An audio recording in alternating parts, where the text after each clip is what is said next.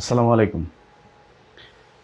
গতকাল নুসরাতের যে কাণ্ড, সেই কাণ্ডে আপনারা জানেন একটা আহ, রায় হয়েছে। সেই রায়ে 2019 সালে যাদের 16 জন মানুষকে ফাঁসি দেওয়া হয়েছিল, সেই ফাঁসির আসামিদের মধ্যে 10 জনের খালাস দেওয়া হয়েছে এবং 4 জনের যাবজ্জীবন, আরও 2 জনের ফাঁসি এখনো বহাল রাখা হয়েছে।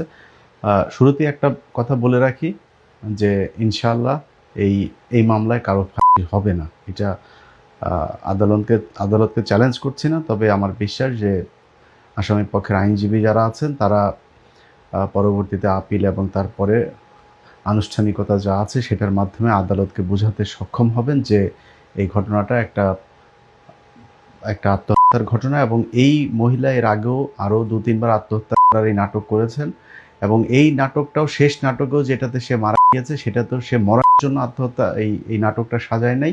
সে মনে করেছিল যে শরীরে এই বোরকা একটু আগুন দিবে, তারপরে মানুষজন আসবে। এই অ্যাটেনশন সিকিং এইটা তার বহু আগে থেকে তার এই অবস্থা, এবং তার মা নিজেও এই একই রোগে আক্রান্ত। তার মাও এর আগে একবার সুইসাইড করতে চেয়েছে, এবং তাদের পারিবারিক আরও কিছু বিষয় টিষয় আছে। তো এই মহিলা আত্মহত্যার ঘটনাকে কেন্দ্র করে কালকে যেই রায় হয়েছে, এটা আমি মনে করি আংশিক সত্যের বিজয় হয়েছে। আপনারা হয়তো এই রায়টা শুনে অনেকে খুশি হয়েছেন, অনেকেই কালকে সারাদিনই সোশ্যাল মিডিয়াতে এই বিষয়টা ছিল এবং দেশের সব গণমাধ্যমে এই নিউজটা কভার করেছে।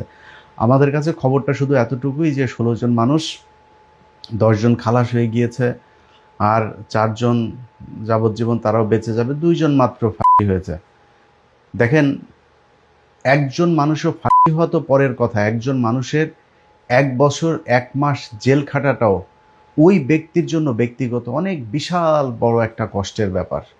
এবং বাংলাদেশের যেই জেলখানার যে অবস্থা, সেখানকার যে সুযোগ সুবিধা, সব মিলিয়ে এই 16টা পরিবারের, আমি সবার সাথে আমার যোগাযোগ হয় নাই, কিন্তু যতজনের সাথে যোগাযোগ হয়েছে এবং যাদের মাধ্যমে আমি সব পরিবারের খবর জানতাম, এই যে মেয়েটা এখন যাবজ্জীবন একটা মেয়ে আছে, এই মেয়ের জীবনের সব শেষ।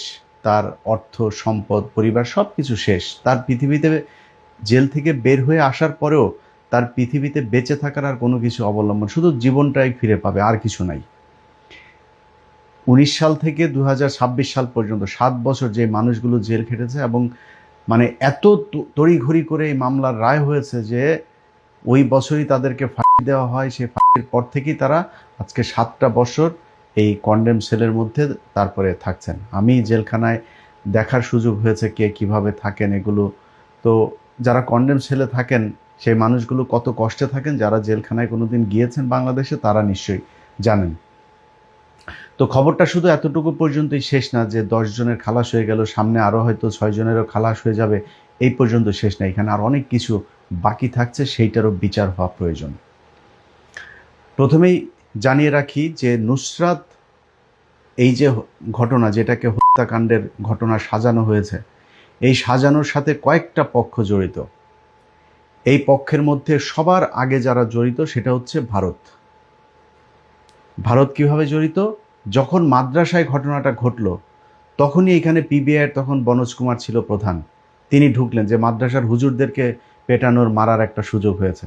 কারণ ভারতের মূল টার্গেটটাই ছিল এই দাড়ি টুপিওয়ালা যারা ইসলাম প্রিয় মানুষ, যারা ইসলাম ধর্ম পালন করে, এই ধরনের মানুষরা তাদের মূল শত্রু ছিল। যখন দেখলো মাদ্রাসা পাওয়া গিয়েছে, এখানে এই পক্ষ মুসলমান, ওই পক্ষ হুজুর, তো দুইটারই তো একসাথে সাইজ করা যাবে, এক ঢিলে তারা 2 পাখি মেরেছে। কিভাবে কাজটা করেছে দেখেন। বনোজ কুমার প্রথমে তার পক্ষের, মানে তার পিবিআইয়ের যে পুলিশ ছিল, এর মধ্যে সবচাইতে জঘন্য একটা কাজ করেছে, সেটা হচ্ছে ওসি শাহ আলম। সেই ওসি তত্ত্বাবধায়ক সরকার ক্ষমতায় আসার পরেও সে চাঁদপুরের সম্ভবত কচুয়া থানায় সে ওসি হিসাবে দায়িত্ব পালন করেছে। এটা নিয়ে ইউনূস সরকারের সর্বোচ্চ পর্যায়ে খোদা বক্সকে পর্যন্ত জানানো হয়েছে। খোদা বক্স আমাকে নিশ্চিত করেছেন যে আমরা দেখছি। 2 মাস পরে জিজ্ঞেস করলাম কি হইল, তারপরে জি আমরা দেখছি, ইলিয়াস ভাই আপনি চিন্তা করেন না, আমরা দেখছি। আরও 1 মাস পরে যায় মেসেজ পাঠাইলাম যে স্যার কি দেখছেন। তো আমি তার ওই দিন মেসেজ পাঠালাম যে স্যার আপনার কি দেখা শেষ হয়েছে, আর কত বছর লাগতে পারে একটু জানাবেন। এটা বলার সাথে সাথে সে ফোন দিল। বলল, ইলিয়াস আমরা এই বিষয়গুলো দেখছি, আপনি টেনশন করেন না। আবার ফের সে একই, শেষ দিন পর্যন্ত সে ওসি শাহ আলমকে সরায় নাই। বিএনপি সরকারের কাছে অনুরোধ থাকবে, যদি আমার কথা বিশ্বাস না হয় ফেনীতে যাবেন, ফেনীতে যায়, কারণ আমি তো আমার লোক ফেনীতে সংবাদ সংগ্রহ করেছে, আমি তাদের সেই ফুটেজগুলো, আমি যখন স্ক্রিপ্ট লিখি আমার তো এগুলো সব দেখতে হয়, আমি পুরো সব দেখেছি। সেই মানুষগুলোর যে আর্তনাদ, এই শাস্তি পৃথিবীতে আর কতটুকু হবে কি হবে না আমি জানি না, যারা কিনা এই এই মানুষগুলোকে 7টা বছর এইভাবে কষ্ট দিল, এদের শাস্তি মৃত্যুর পরে হবে, এটা আল্লাহর কাছে বিচার দিয়ে রাখলাম। তবে যারা পৃথিবীতে আপনাদেরকে আল্লাহর প্রতিনিধি হিসাবে এই বিচার করার জন্য সুযোগ দিয়েছে, সরকার থেকে শুরু করে বিচারক, আপনাদের কাছে অনুরোধ থাকলো সেই ফেনীতে যাবেন, গিয়ে সেইখানে দেখবেন, জিজ্ঞেস করবেন এই ওসি শাহ আলম কী করেছে। একজন মানুষকে মেরেছে, তাকে তার পরিবারকে ভিডিও কল দিয়েছে, ফোনে কল দিয়েছে, হোয়াটসঅ্যাপে কল দিয়েছে, ইমুতে কল দিয়েছে, দিয়ে তাদেরকে শুনিয়েছে যে টর্চার করছে। তখন তারা বলছে যে আব্বা আম্মা আমারে বাঁচাও, এই সেই এইভাবে বলে বলে তারপরে তার পরিবারের কাছ থেকে টাকা নেওয়া হয়েছে। সেখানে একজন আছে আওয়ামী লীগ নেতা রুহুল আমিন, সে আবার পয়সাওয়ালা, তার পরিবারের কাছ থেকে আমার ঠিক মনে নাই, অ্যাট এ টাইমে চেক 45 লক্ষ 50 লক্ষ এরকম বড় বড় অঙ্কের টাকা তাদের পরিবারের কাছ থেকে। আর অন্যান্য পরিবার, এই আসামিগুলোর মধ্যে অনেকের বাড়িও নাই, বাড়ি পর্যন্ত বিক্রি করে দিয়া তারপরে এই পিবিআইয়ের শাহ আলম সহ বনজদেরকে টাকা দিতে হয়েছে। সেই শাহ আলমের বিচার হওয়া দরকার। এখানে কয়েকটা পক্ষ, একটা পক্ষ বনজ, বনজের সাথে ওই সময় ফেনীতে পিবিআইতে যারা ছিল, সময় টেলিভিশনের এক শুয়োরের বাচ্চা আছে, যেই শুয়োরের বাচ্চা এই বনজের কাছ থেকে প্রেসক্রিপশন নিয়ে বিশাল এক অনুসন্ধানী প্রতিবেদন তৈরি করেছিল, তার নাম হচ্ছে ওমর ফারুক। এই কুকুরের ছানা এই বনজ কুমারের লিখে দেওয়া আপনার বিশাল আকারের এক চিত্রকর্ম নিয়ে তারপরে এইটাকে হত্যাকাণ্ড সাজাইল। এর সাথে প্রায় সব গণমাধ্যম, কারোর কোনো ইনভেস্টিগেশন নাই, কারোর কোনো জিজ্ঞাসাবাদ নাই, কোনো কিছু নাই, দেখা নাই, একদম যেভাবে বনজ কুমাররা বলে দিয়েছে সেইভাবে। আরেকজন আছে, ওই যে গরিবের এক বালিস্টার ছিল, বালিস্টার আপনার সুমন, এই শুয়োর ছানাও এই বনজের টাকা পয়সা খায় তারপরে এইটাকে হত্যাকাণ্ড বানানোর জন্য সেই ওসি মোয়াজ্জেমের কথা আপনাদের মনে আছে যে তার সম্ভবত 8 বছর জেল হয়েছিল, 5 বছর তিনি সার্ভ করে তারপরে বের হয়েছিলেন জামিনে। সেই ব্যক্তি তার চাকরি হারিয়েছেন, জেল খেটেছেন, সারা বাংলাদেশের মানুষের কাছে ক্রিমিনাল সেজেছেন। সেই মানুষটাকে এই ব্যারিস্টার সুমন, ওমর ফারুক ওই দিক থেকে কমলদা পর্যন্ত সেইখানে গিয়ে তারপরে তদারকি করত। সময় টেলিভিশনের ওই সময়কার সম্ভবত তার নাম বখতিয়ার মুন্না, সে ফেনীর প্রতিনিধি ছিল। বাদী পক্ষের একজন আইনজীবী ছিলেন, ওই আইনজীবী ওই সময়ের যে বিচারক, সেই বিচারকের অলরেডি গতকালকের রায়ে সেই বিচারকের বিচারিক ক্ষমতা কেড়ে নেওয়া হয়েছে। এটা তার শাস্তি না। তাকে এই এই এই এই পুরো চক্রটা, সময় টেলিভিশনের ওমর ফারুক সহ, তারপরে এখানে আরেক শুয়োরের ছানা ছিল খান মোহাম্মদ রুমেল, কমল দে, সময় টেলিভিশনের ওই সময়ের প্রধান বার্তা সম্পাদক কিংবা ন্যাশনাল ডেস্ক ইনচার্জ যারা ছিল, তাদের সংশ্লিষ্টতা আছে কিনা সেইটাও আমি মনে করি খতিয়ে দেখা দরকার। বনোজ কুমার, ওসি শাহ আলম, সময় টেলিভিশনের ফেনী প্রতিনিধি, তারপরে হচ্ছে গিয়ে এই ব্যারিস্টার সুমন, এই পুরো চক্রকে বিচারক সহ বাদী পক্ষের আইনজীবী, এই নুসরাতের যে আইনজীবী ছিল, এই পুরো চক্রকে বিচারের আওতায় আনা উচিত। এটা যদি না আনা হয়, এই পরিবারগুলো, যেই পরিবারগুলো 1 দিন 2 দিন করে গুনে গুনে 365 দিন এভাবে 7 বছর তারা জেলখানায় ছিল, তাও স্বাভাবিকভাবে জেলখানায় না, মৃত্যুর দিন গুনছিল। আজকে যদি শেখ হাসিনা ক্ষমতায় থাকতো, যে বিচারের রায় আপনারা দেখেছেন, এটা এরকম হইতো না। তখন আমাদেরকে বলা হইতো যে আমরা গুজব ছড়াই, আমরা নাটক সাজাই, তারপরে এগুলো করেছি। তখনকার সময় এই কথাগুলো আমাদের বলা হইতো। আজকে আমাদের সেই অনুসন্ধান আজকে সত্য বলে প্রমাণিত হয়েছে। কিন্তু সত্য বলে প্রমাণিত হওয়ার পরে সেই বিচারের যতটুকু যা হয়েছে, এটা আমি মনে করি না যে মানে সব কিছু শেষ হয়ে গেল। এটার পরের এই বিচারটা এদের বিরুদ্ধে করতে হবে। দেখেন, গতকালকে নুসরাতের আরেকটা চক্রের যে মূল আরেকটা চক্র, সেই চক্রটা হচ্ছে এই নুসরাতের পরিবার। নুসরাতের 3টা ভাইয়ের মধ্যে বিশেষ করে 2টা ভাই, নুমান এবং আরেকটা ভাই আছে, এরা এই আসামি পক্ষের সাথে আমার যে 15 মিনিটসের অনুসন্ধানটা আছে, আমি গতকালকে আমার চ্যানেলে আবার আপলোড দিয়েছি। ওই অনুষ্ঠানটা আপনারা দয়া করে একটু দেখেন। দেখলে ওইখানে দেখতে পারবেন যে কত নিখুঁতভাবে নুসরাতের পরিবার, সময় টিভি, বনজ, বিচারক, আইনজীবী, এই লোকগুলো সব মিলেমিশে কীভাবে এই নাটকটা সাজিয়েছিল। সেইখানে তার পরিবার আসামি পক্ষের কাছে যায়, আসামির পরিবারের কাছে এত লক্ষ টাকা দিবেন, এত লক্ষ টাকা দিলে এরে মামলা থেকে সরাই দেবো, ওরে সে ফোন রেকর্ডও আমরা সেই অনুষ্ঠানে দিয়েছি। আমার সেই অনুসন্ধানে সেখানে তার পরিবারের মানুষের ফোন রেকর্ডও আছে। কালকে তার মা কান্নাকাটি করেছে। আল্লাহ মাফ করুক, আমি মৃত্যু মানুষকে নিয়ে কোনো শেখ মুজিব ছাড়া, ওই চুতিয়ারে ছাড়ার কারণে নিয়ে আমি খারাপ কথা বলতে চাই না, কিন্তু এই মহিলা যদি মারা যাইতো, সে যত খারাপই হোক কোনো সমস্যা ছিল না। কিন্তু এই মহিলা শুধু মারা যায় নাই, এই মহিলা আরও ফেনীর শুধু এই 16 জন না, কিন্তু আরও বহু মানুষকে ধরে নিয়ে যাওয়া হয়েছে, ধরে নিয়ে তারপরে টাকা পয়সা নিয়ে ছেড়ে দেওয়া হয়েছে। তাদের মানে এই যে বুরকার দোকান, কেরোসিনের দোকান থেকে শুরু করে বহু মানুষের কাছ থেকে টাকা পয়সা নিয়েছে, নাহলে তাদেরকেও আপনার এই আসামি বানায় দেওয়ার ভয় দেখানো হয়েছে। সো এই মহিলা, এই যে নুসরাতের মা, এই মহিলা মূলত এই মহিলার মেয়ের আপনার লাশ বিক্রি করে তারপরে নিজে পয়সাপাতি কামিয়েছে। এক ছেলের সরকারি চাকরি হয়েছে, ব্যাংকে চাকরি হয়েছে। তাদের পরিবারের লোকজন এই নোমান থেকে শুরু করে এরা আওয়ামী লীগের সময় সব আওয়ামী লীগের লোকজন, হাসিনার সাথেও সাক্ষাৎ করেছে, সব মন্ত্রী এমপিদের সাথে তারা বিশাল আওয়ামী লীগার ছিল সেই সময়। তত্ত্বাবধায়ক সরকার যখন আসলো, হঠাৎ করে দেখি এই নোমান সহ এই নুসরাতের ভাই দুইটা আসিফ মাহমুদের সাথে, আসিফ নজরুলের সাথে, নাহিদের সাথে, হাসনাত, সারজি, যারে যেখানে সুযোগ পায় তাদের সাথে যায় যায় ছবি ওঠে। এটা ওর ব্যবসা। ওদের সাথে ছবিটা বোঝায় সে হইল গিয়া বিশাল আকারে জুলাই বিপ্লবের এরা বিরোধিতা করেছে সেই সময়। আজকে এখন এই রিসেন্টলি আমি যেটা দেখলাম, তারা বিএনপির লোকজনের সাথে যায় যায় তারপরে ছবি টবি ওঠে। বিএনপির লোকজন তো ধরেন ওই করুণা দেখায় যে ও তো নুসরাতের ভাই, আচ্ছা ঠিক আছে, ওকে আসে। কিন্তু এরা যে যা করেছে, ওর বোনরে যদি, ওর বোন আর ওর মারে যদি নাকি দৌলতদিয়াতে দিয়ে আসতো, আর মানুষ যদি ওর বোন আর মারে ইচ্ছা মতো লাগাইতো না, তারপরেও এত মানুষ ক্ষতিগ্রস্ত হইতো না। ওইখানে দিয়ে আসলে আরও যে যাইতো কাস্টমার হিসেবে, সেও মজা পাইতো, তোর মাও মজা পাইতো। কিন্তু এইখানে ওর মা আর ওর মা যেই কাজ করেছে, আর ওরা যেই কাজ করেছে ওর বোনের এই লাশটা নিয়ে, এইটা পৃথিবীর ইতিহাসে নজির হয়ে থাকবে। একই মামলার ভেতরে এইভাবে গণহারে 16 জন মানুষকে ফাঁসি দেওয়া, ওরা সব জানতো যে এই ঘটনাটা কি হয়েছে। এই নুসরাত এর আগে আরও দুবার সুইসাইড করতে গিয়েছে, সেই ঘটনাও তারা জানে। ওর নুসরাত, ওর বোনটা যে 12 ভাতারি ছিল, কত ছেলেদের সাথে যে আকাম কুকাম করেছে। যেই পুলিশ অফিসার আপনার তদন্তের জন্য এসেছে, সেই পুলিশ অফিসারের সাথেও ও লাগাইতে চাইছে, কাপড় খুলতে চাইছে। খালি সিরাজউদ্দৌলার শাস্তি দিতে হবে। সিরাজউদ্দৌলার সমস্যা কি? সিরাজউদ্দৌলা তার এই যে 12 ভাতারিপনার এটার জন্য তার টিসি দিতে চেয়েছিল। সিরাজউদ্দৌলা তার বুরকার মধ্যে ফোন পেয়েছিল, সেই ফোন কেড়ে নিয়ে তারপরে এই পোলাপানের সামনে নিয়ে ডেকে নিয়ে তারপরে তারা অপমান করেছিল। এইটা হচ্ছে সিরাজউদ্দৌলার। আমার ওই 15 মিনিটস দেখেন, সব আপনার কাছে পানির মতো পরিষ্কার হয়ে যাবে। এখন আজকে যেই রায় হলো, এই রায়ের পরে আমার সরকারের প্রথমেই কয়েকজনের কাছে আমার কৃতজ্ঞতা জানানো উচিত।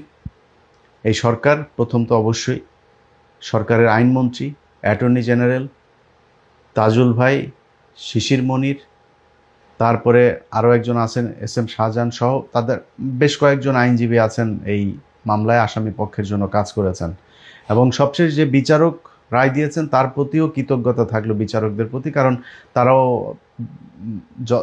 এই মামলার প্রেক্ষিতে যতটুকু দিয়েছেন সন্তুষ্ট। তবে আপনাদের কাছে অনুরোধ থাকবে, এই বিচারের কার্যক্রম যদি অন্য কোনো বিচারকের হাতেও যায়, আপনাদের কাছে অনুরোধ থাকবে, এই যে 4-6 জন মানুষ এখনও পর্যন্ত আটক আছেন, তাদেরকে যেন যে কোনোভাবে তাদেরকে যেন ছেড়ে দেওয়া হয়।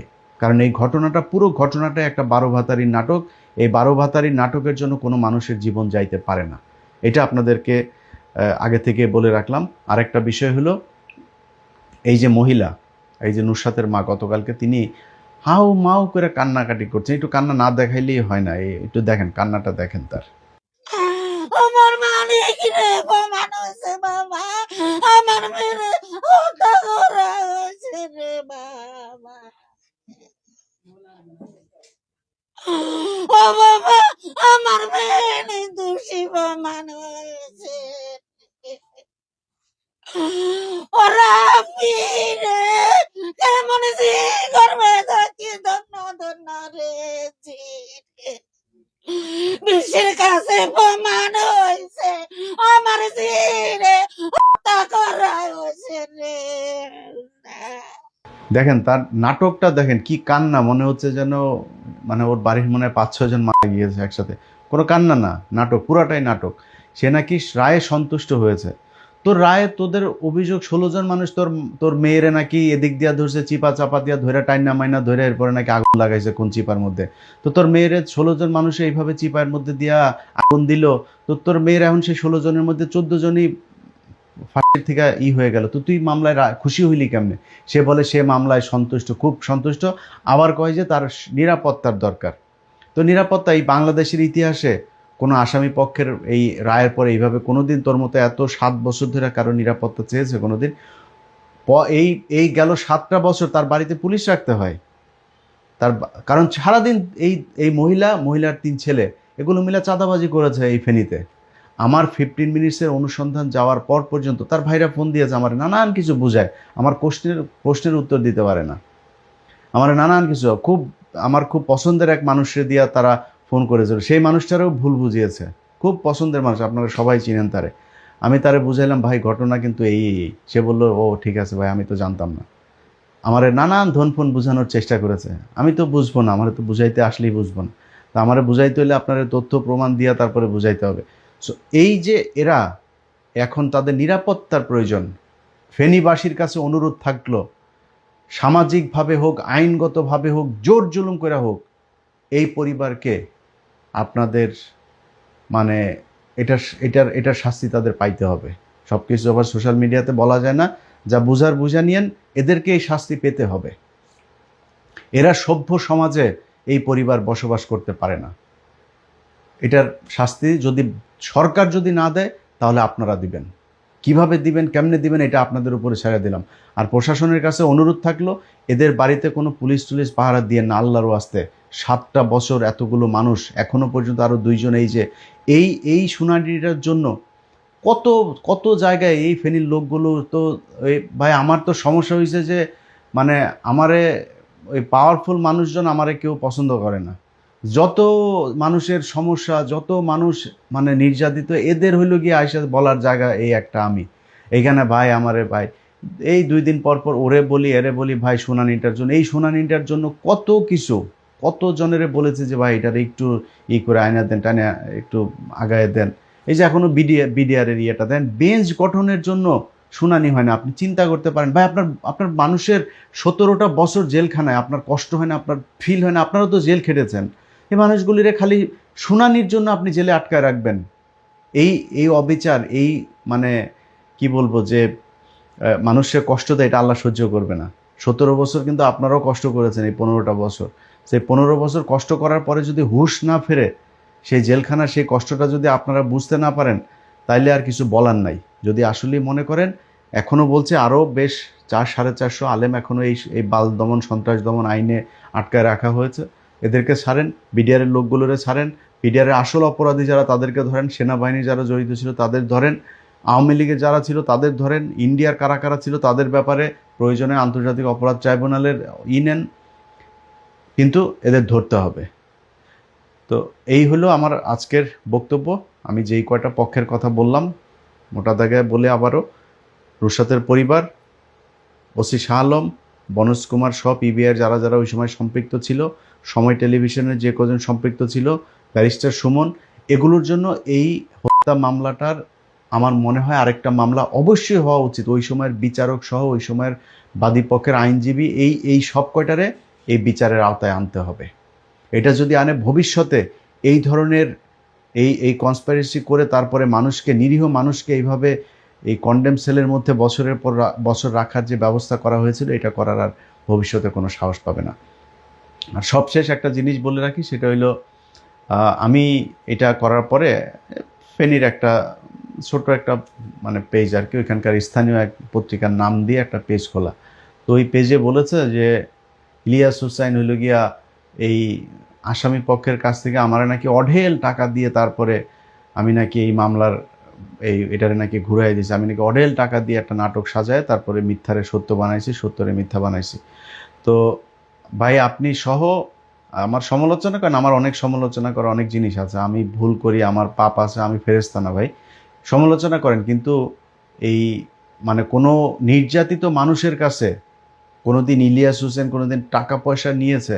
দেওয়া ছাড়া নিয়েছে কোনোদিন টাকা পয়সা? আমার টিম ফেনীতে যাওয়ার পরে আমার টিমেরে ওই হোটেল ভাড়াটা দেওয়ার জন্য জিজ্ঞেস করেন, ওই আসামি পক্ষের এই লোকজন যারা আছে তাদের জিজ্ঞেস করেন, আরেক সাংবাদিকও আছে 2-3 জন, এই লোকগুলোর যা জিজ্ঞেস করেন যে আমার এই হোটেল ভাড়াটা আমার লোক যখন গিয়েছিল দেওয়ার জন্য কত পারাপারি করেছে।